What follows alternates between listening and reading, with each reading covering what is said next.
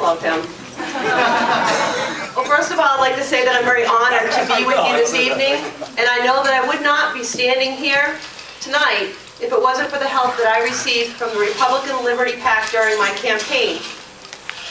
Just to give you a little bit of background, first and foremost, I am a proud wife and mother. I am an emergency medical technician. I work both in an emergency room as well as volunteering in my hometown of Andover, and I also proudly serve as the Vice President of the Andover Rescue Squad. For years prior to my election, I worked on a lot of issues. I worked for the Second Amendment Sisters, and I serve as their national coordinator and on the board of directors. For Pro-Gun New Hampshire, serving on their advisory council and on countless other organizations and efforts. I'm one of 26 Second Amendment leaders from around the country who joined with former NRA President Sandy Froman and submitted a formal letter against the appointment of Judge Sotomayor to the Supreme Court.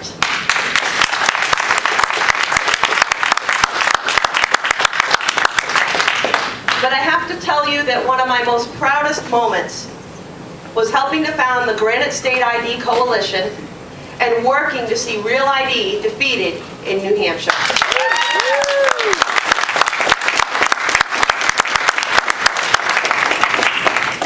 There's a new federal version of Real ID. It's called the PASS Act, and it is equally unconstitutional. And I have now co-sponsored a bill that will be heard next session to add that to our current law outlawing Real ID in New Hampshire.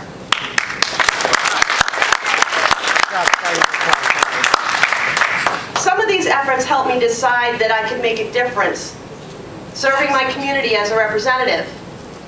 But having not held an elected office before, I knew it was going to be an uphill battle.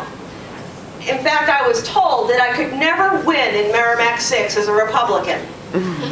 And the usual suspects, they weren't inclined to help me. What happened was those that believe in liberty, those who believe in protecting and preserving our Constitution, were the ones that were willing to not only support me, but to do the work necessary to help a Liberty candidate win an election. The Republican Liberty PAC helped me financially, and the truth be told, it does take money to run a good campaign.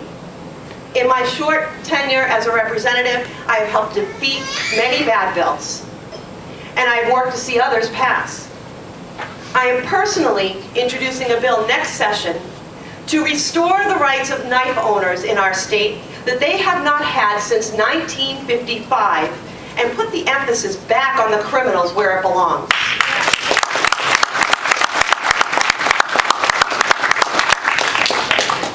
Now I'm also working with a new organization called LOLA. We are the Ladies of Liberty Alliance, and our work is planned to work nationwide to help the women across our country learn to be effective activists and then become the leaders of tomorrow.